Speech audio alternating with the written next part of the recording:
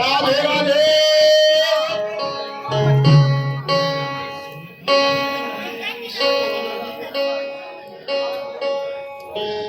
আজকে হরিনাম সংকীর্তন এবং গোবিন্দপুর আখড়ায় আমার মারা ভক্তরা সবাই আমরা একত্রিত হয়েছি বৃন্দাবন ধামে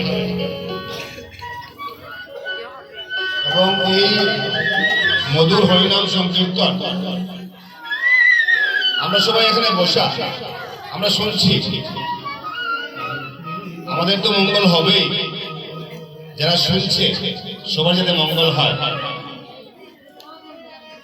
তো বিশেষ করে কর্মের কথা বলছিলেন এখানে, তো আমি বসে বসে চিন্তা করছিলাম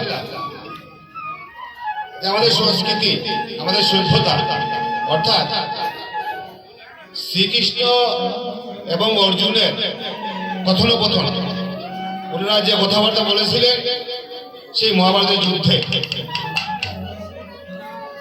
এবং সেটাকে আমরা ভগবত গীতা অর্থাৎ আমরা আমাদের হৃদয়ঙ্গম করি, শ্রবণ করি এবং সনাতন ধর্মাবলম্বী হিসাবে আমরা সেই গীতাকে ধারণ করে আমরা জীবিত থাকতে চাই।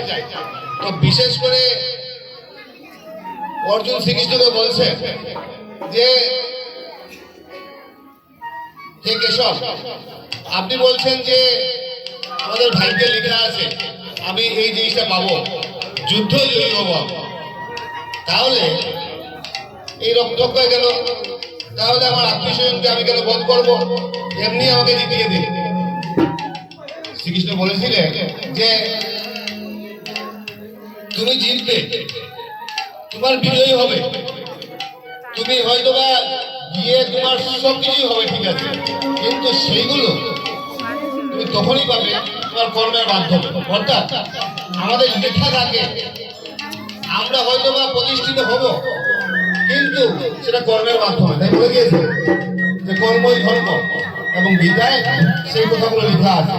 বিশেষ করে আজকে এই হরিনাম সংকীর্তনে গুরু কৃপাহী কেবল, গুরুর কৃপা দৃষ্টি, গুরুর আশীর্বাদ যাতে আমাদের